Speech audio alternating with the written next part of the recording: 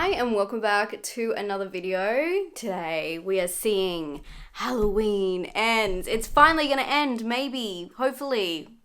I am very concerned and confused about what's gonna happen. I'll put the camera down because I know I've gotten a few comments about shaky hands recently with these intros, but today we're gonna go see it. I'm gonna take you to the cinema for the Perth Western Australia premiere of Halloween Ends. This is the end of the trilogy, which is the sequel to the original.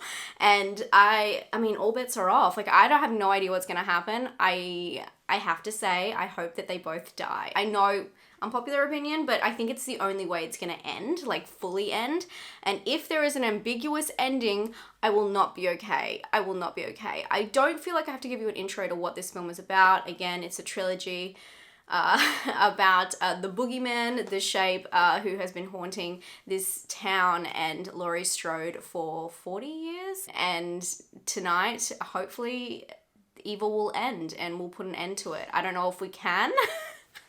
It's a trilogy, so we've taken a while to get to this point where we can maybe defeat him, and I'll be very keen to see what happens with that. I am gonna keep this spoiler free.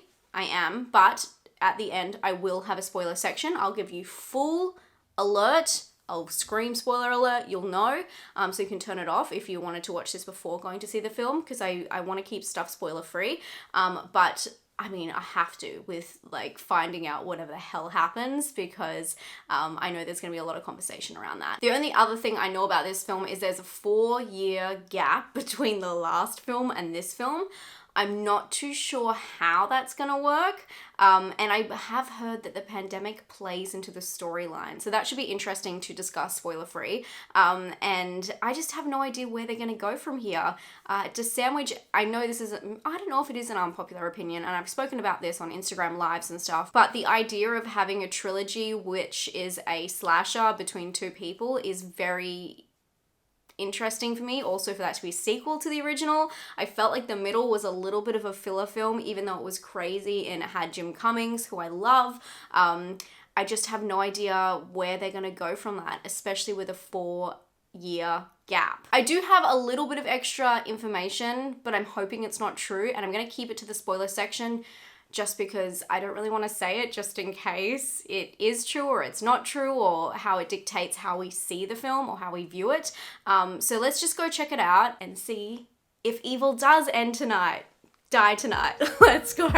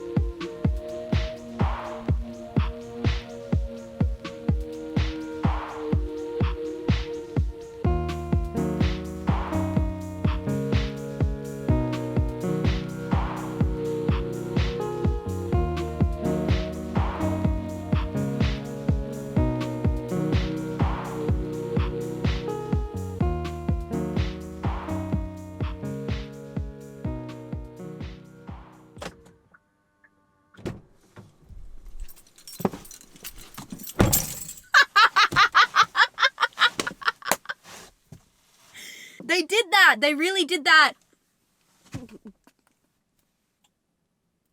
Erratic. Absolutely unpredictable, erratic, and probably not a good film. I'm so sorry. I'm sorry. I have to be like the bearer of bad news here, but that was fucking unexpected and absolute, like, my mind is like, why? Who? Huh? What? Okay, we're gonna save the spoilers to the end, so don't worry, I'll keep it completely spoiler-free.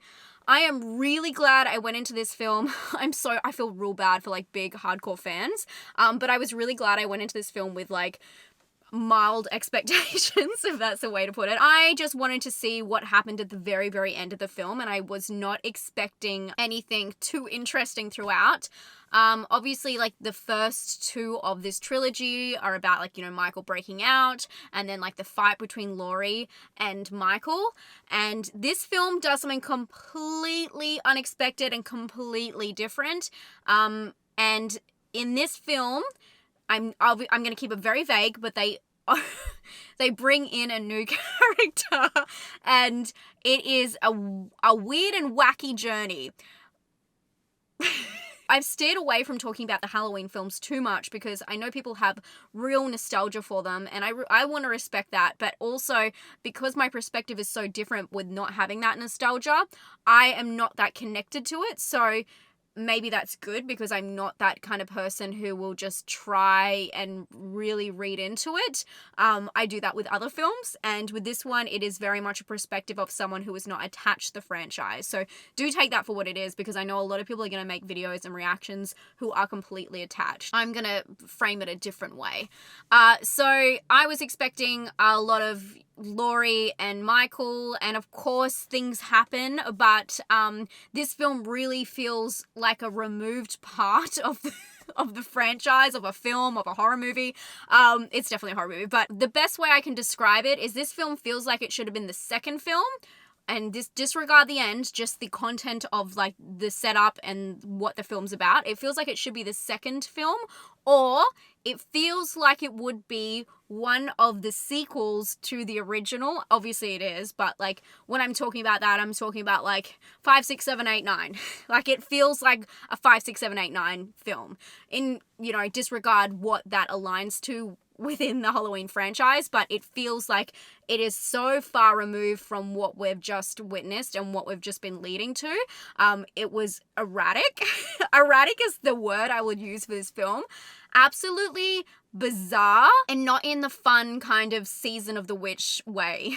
It does feel like a weird anthology because, just like other sequels, it kind of has its own story to it, and it just does not feel like part of a trilogy. And Allison is one of the reasons. This film is very centered on her, which I didn't think that was gonna be the case, but that was kind of stupid of me, because obviously with what transpires in the second one, it would more so be like that. The film's tone is really hard to decipher, because although it's trying to make an impact, and trust me, I was, like, on board for the first one, like, quarter of this film. I was completely on board because I really welcomed a change and a new idea being introduced. So don't think that that is the reason why it's not good. I think that for me personally, because I'm not attached to the core story, and I was, like, excited to see them do something new, I was really going into this new character, and I really enjoyed all of that. And the story is really shocking and really interesting from the start. It's, like, so surprising at the very start. The first scene will rock your socks. Is that really lame to say? It will just throw you, and I was shocked, and the gore and all of that stuff is, like, spot on. So I was really happy with, like, what kind of dark path this was leading down. Also, sorry, I know I'm all over the place. I'm as erratic as the film, to be fair. It does take place 4 years later, but it doesn't really talk about anything to do with the pandemic. So I don't know where that rumor came from, but it does take place 4 years later. But yes, I was on board for it to be, like, a completely different storyline. But when that storyline started going south, and, like, so many things just didn't make sense, and the tonal shifts and the weird one-liners it was strange if things were meant to be funny, and a lot of people laughed out loud in the cinema at lines or, like, just awkward things. And it, unlike the second one, which has, like, kind of like a throwback where it feels very, like, I don't want to say campy, but it feels very, like, over the top 80s when the whole Jim Cummings sitch happens.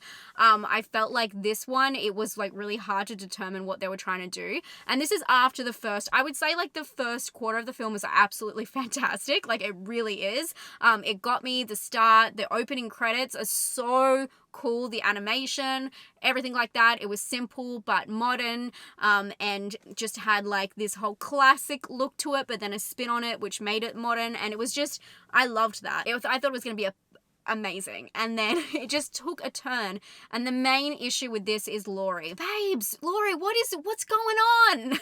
This is my issue with, like, the second one, or the thing I didn't like about the second one was Laurie is just, she's unhinged. And I just don't understand. I really don't understand how a character that's so beloved, or, you know, dubbed as the first final girl, how she let her character turn into someone who has like 100 thoughts a second and is just like turning every which way every moment. And although some of it has to do with the storyline and what she's intending, a lot of it is very confusing. She is just, she's an enigma.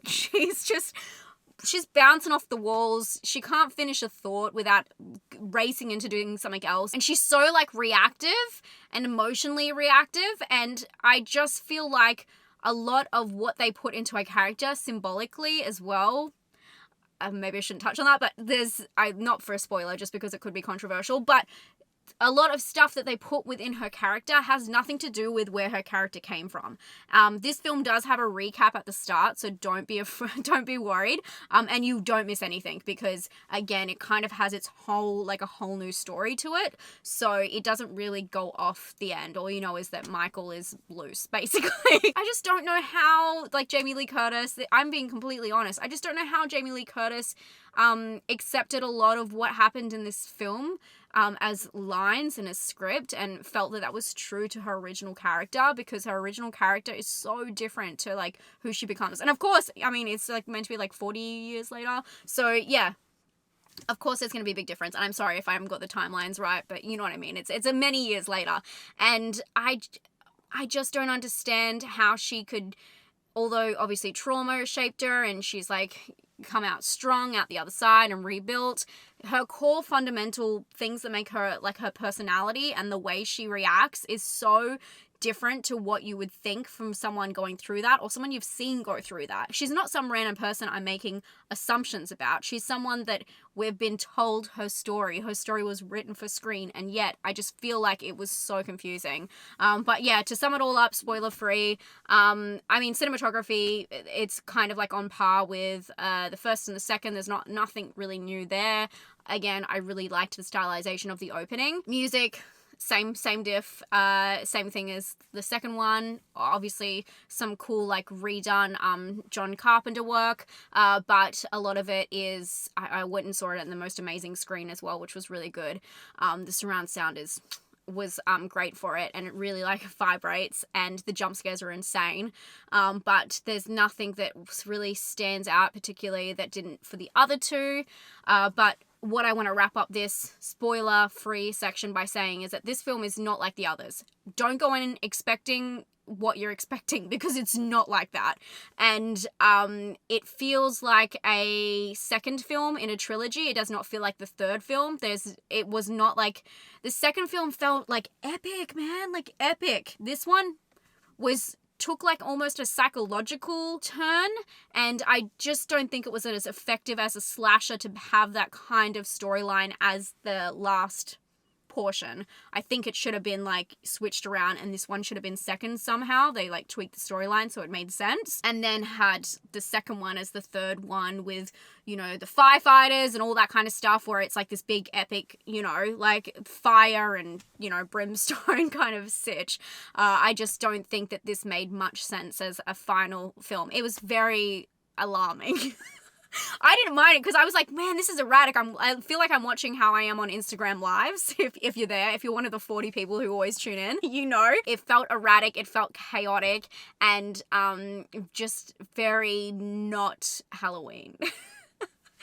Yeah, if you want to watch a film that feels like a sequel, like off-brand kind of sequel to the original film with Jamie Lee Curtis as Laurie, check it out. Carl Richards is also, she's great in it. I love her.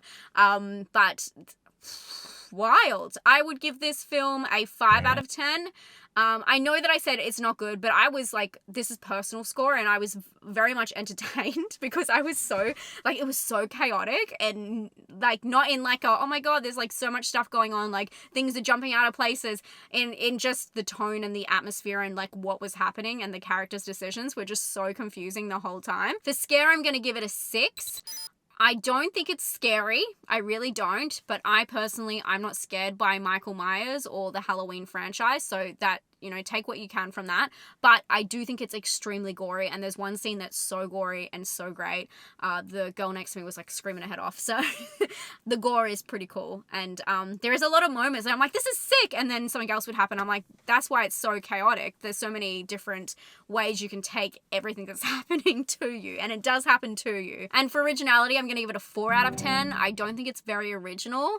When I say unexpected, it doesn't mean that we haven't seen anything like this storyline before. It just seems so far removed from where the franchise was going. Let's get into spoilers. So spoiler alert now. Please turn off this video. This part will not make sense to you unless you've seen the film, okay? So it's not going to make sense to you. Absolutely do not watch this part because, trust me, I'm trying to talk for the warning, but trust me, it will not make sense to you. Okay, spoiler alert. I've given you a lot, but oh my god, that was absolutely fucking erratic. Corey, loved him from the start. What happened? His whole life, I know that what they were trying to say. They were trying to say, like, does trauma, like, is a traumatic experience shape you and, you know, who you become because of that, which we've said 100 times over in Halloween. But then, I mean, that's the whole point of Halloween, right?